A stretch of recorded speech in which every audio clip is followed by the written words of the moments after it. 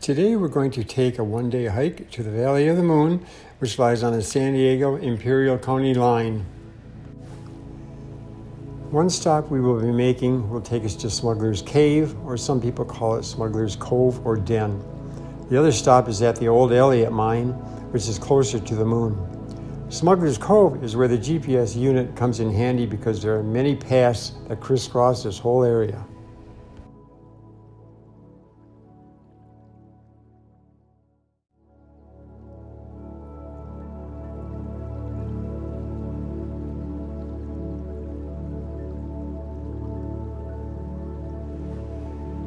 As you see, the den melts into the surrounding rocks well, so the GPS unit is really helpful.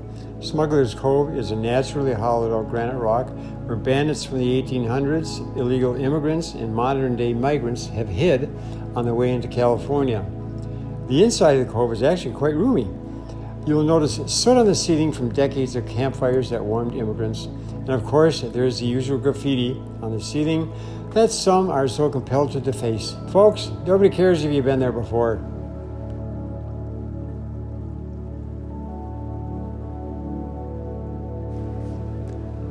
Outside the cove, we see some native plants. This one is desert mistletoe. It's a hemiparasite that robs its host plant of moisture and minerals, and if too many grow on the host plant, they can kill it. And in this high desert, in the springtime, other plants bloom.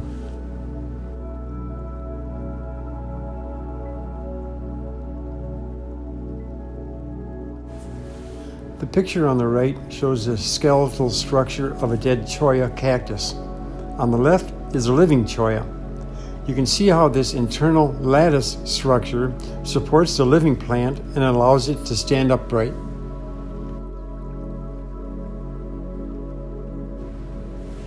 Hiking toward the valley, at the base of the Elliott mine area, I came across this baby white-tailed antelope squirrel. It's only about twice the size of a mouse, and I sure hope it doesn't become lunch for some coyote.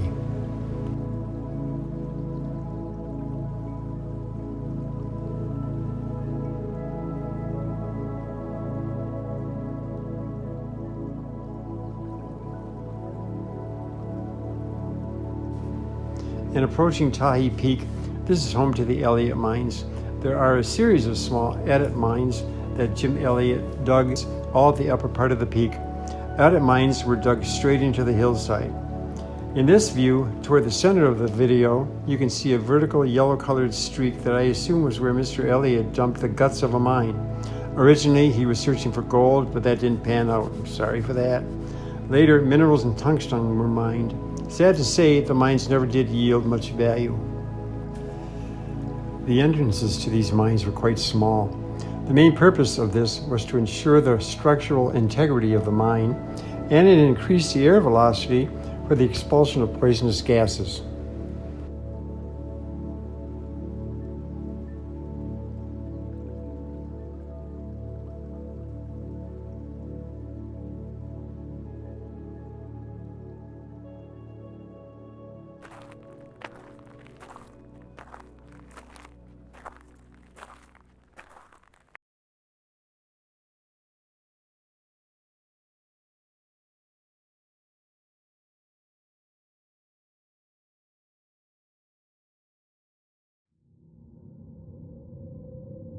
Once you crawl about 8 or 10 feet, the mine opens right up so you can stand up and walk with no problem.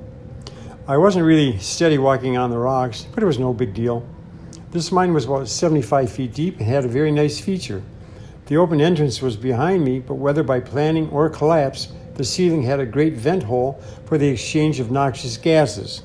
But in the event of an earthquake, good luck trying to climb out of the mine through that top hole.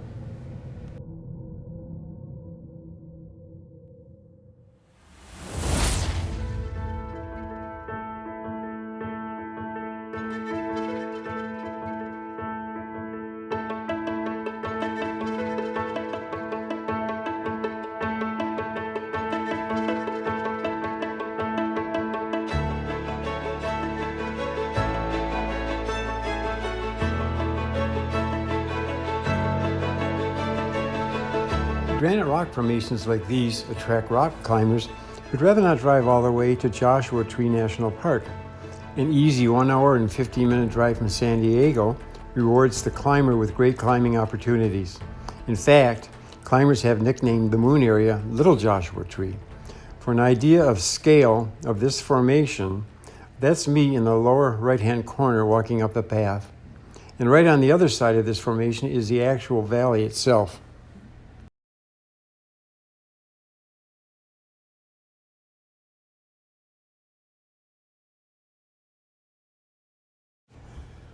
You may see wilderness signs like this that designate the area as wilderness, and that no motorized vehicles like 4x4s or motorbikes, etc., are allowed in that area. This is the Jacumba Wilderness Area, and the Valley of the Moon and the Smuggler's Cove area have this restricted wilderness designation. The only way to traverse the area, as the sign indicates, is on foot or on horseback.